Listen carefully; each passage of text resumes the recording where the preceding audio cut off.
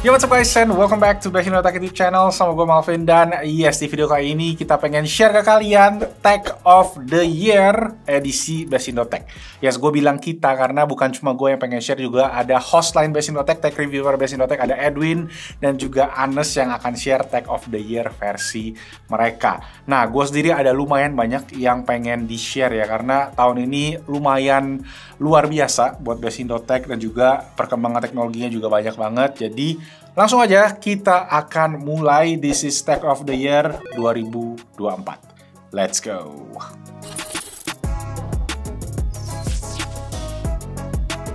Nah, buat kalian yang pengen beli gadget, elektronik, HP, make sure aja dicekin dulu di Blibli, karena beli gadget di Blibli udah pasti 100% ori tanpa tipu-tipu. Dan yang paling jelas ini nih, free ongkir ya. Gue suka banget pakai, dan juga ada yang sampai 2 jam udah nyampe barangnya ya. Dan ada satu fitur lagi yang paling ngebantuin, yaitu cicilan 0% up to 24 bulan, yang mana juga bisa bebas biaya admin. Jadi cek aja link paling pertama yang ada di kolom deskripsi buat ngecekin promo lengkap di Blibli. Oke, thank you Malvin. Tech of the Year versi gua tahun ini ada 3. Yang pertama adalah Windows PC, di mana tahun ini itu ada kehadiran ARM chip yang dimulai sama Qualcomm Snapdragon. Ini tuh nge-unlock banyak banget potensi munculnya laptop-laptop powerful dan irit daya yang mungkin sebelumnya susah untuk ngegebrak limitasi hardware. Gue expect tahun depan bakal lebih matang lagi experience-nya dengan semakin banyak developer yang mau optimize software mereka buat ARM.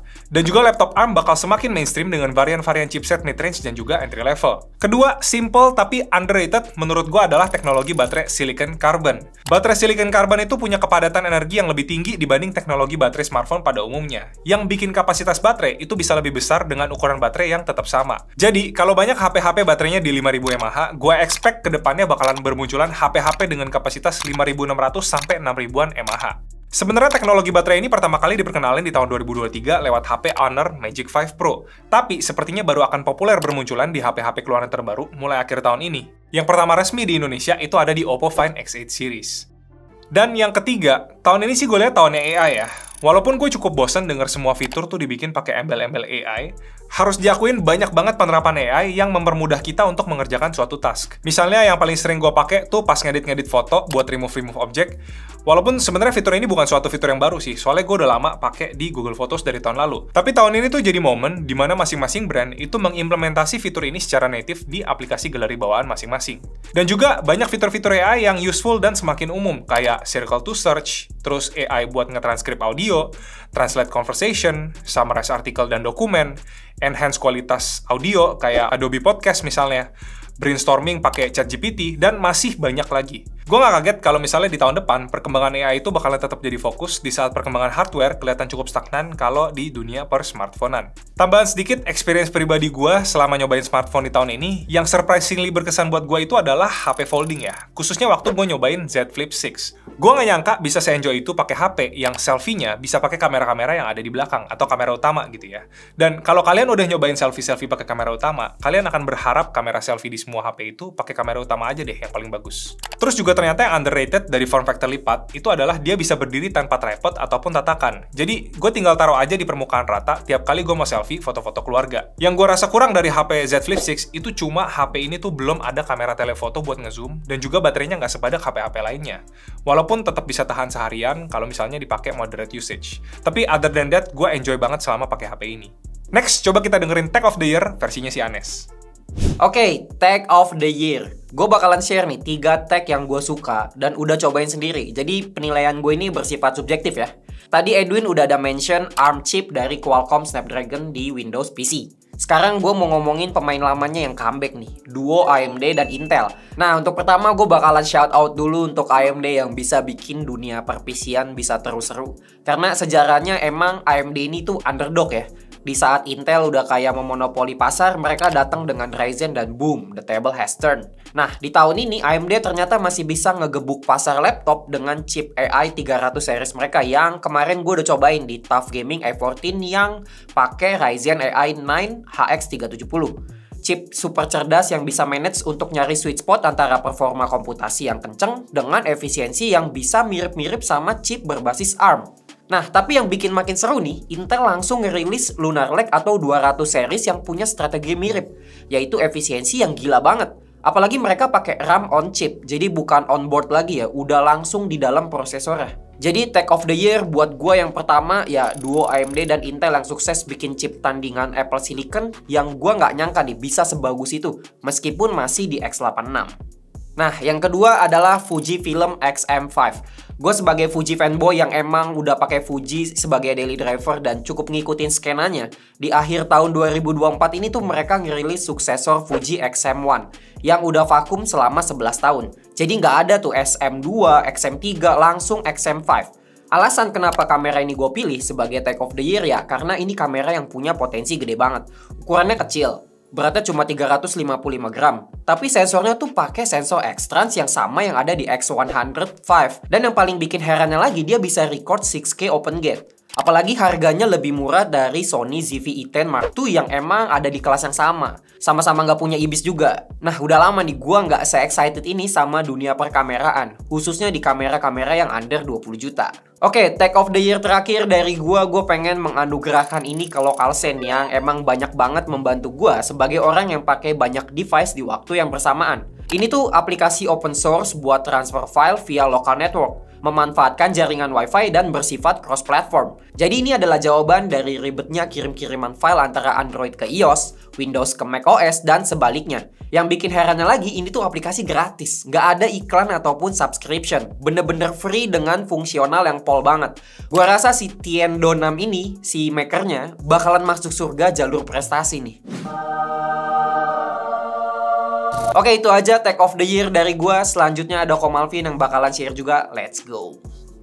Oke, kalau dari gua sendiri ya, dari segi gadget, terutama smartphone, ada total 5 ini yang gua pengen gua share. Kita mulai dari smartphone mid-range yang gua ngerasa ini menggebrak di tahun ini karena improvementnya yang bisa dibilang banyak banget, yaitu ada Vivo V40.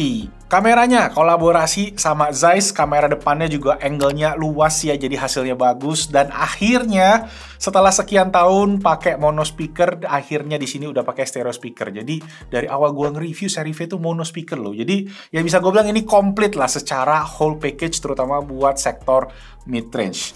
Next, yang kedua yang paling berkesan ada ini dia Xiaomi 14 series ya. Jadi ada dari Xiaomi 14 yang dirilis awal tahun, Xiaomi 14T dan juga Xiaomi 14T Pro.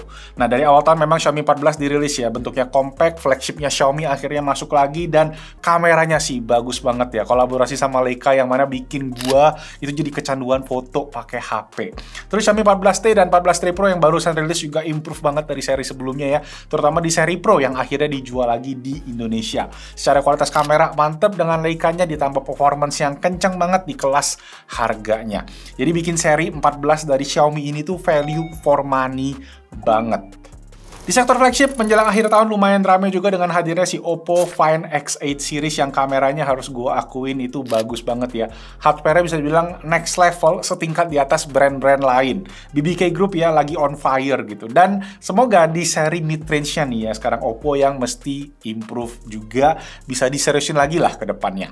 Walaupun demikian, kalau ditanya smartphone of the year sih mungkin gue akan jawab ini dia, Samsung Galaxy S24 Ultra yang dari awal tahun dirilis sampai saat ini masih bisa mempertahankan value-nya. Dan bisa dibilang ya, kalau kalian pengen beli smartphone flagship, ini yang paling aman dan gue sendiri masih rekomen banget. Tapi ya intinya kalau mau Android yang experience-nya good, ya Samsung ya. Mid-range-nya ada A55, ada S24 FE juga untuk flagship-nya, dan untuk foldable, ya gue sendiri sekarang pakai Z Fold 6. Build quality-nya juga paling premium di antara Android lain, software One UI juga paling nyaman dipakai, dan pastinya Galaxy AI ya semakin improve itu jadi elemen utama perkembangan smartphone di tahun 2024 ini.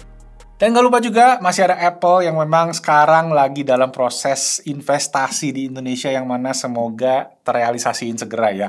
Jujur setelah kita kemarin dapat undangan ke Apple Park buat launchingnya iPhone 16 itu bisa gue akuin experience-nya luar biasa, next level, dan ya gue bersyukur banget dapat opportunity itu dan thank you buat kalian juga.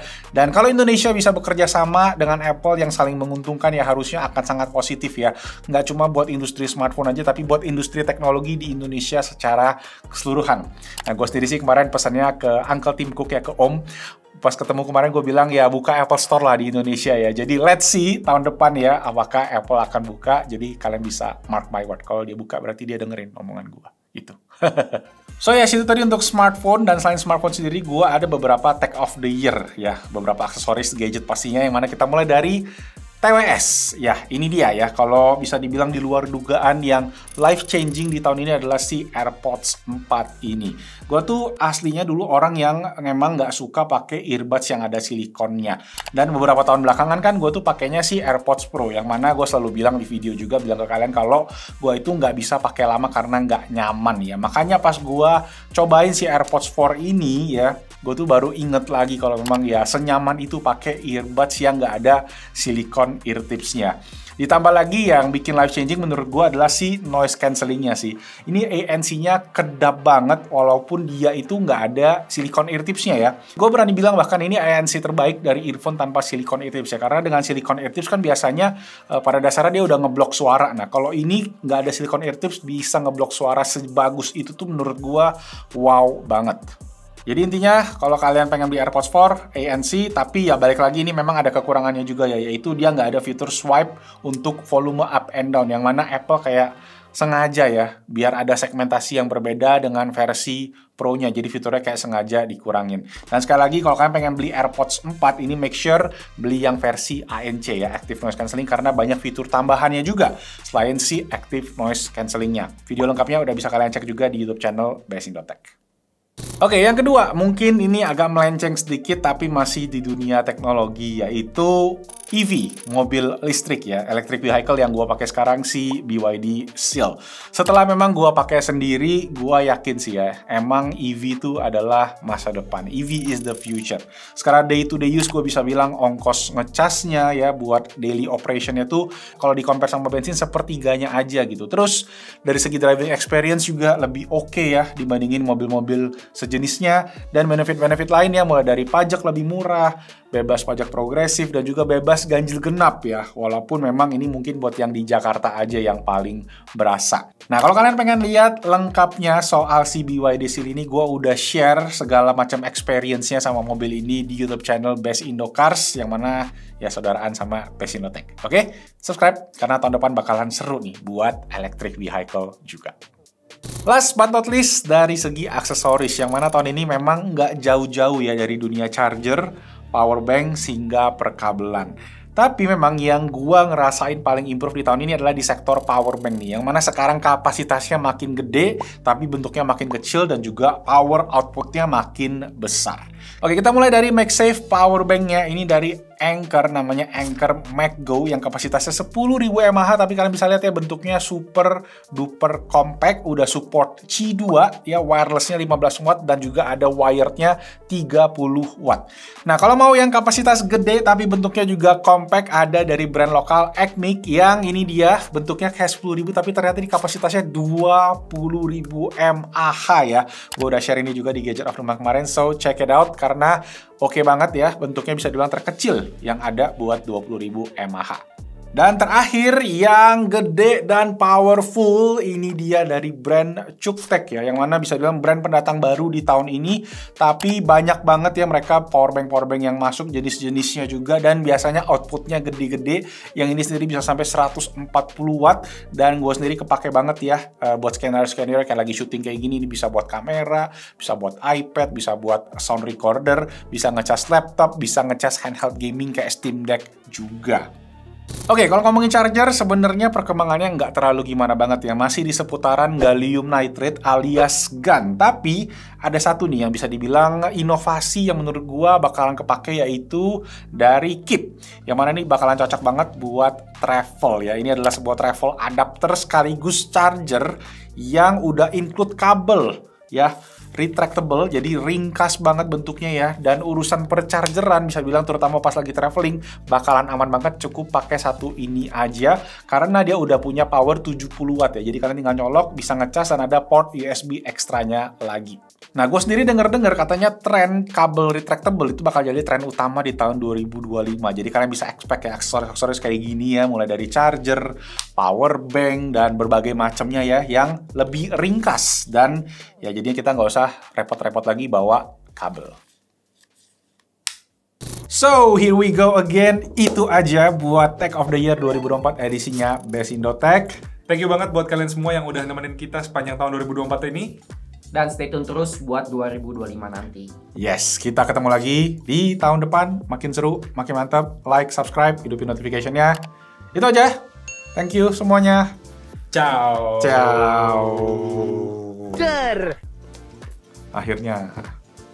Boleh lah ya. Boleh.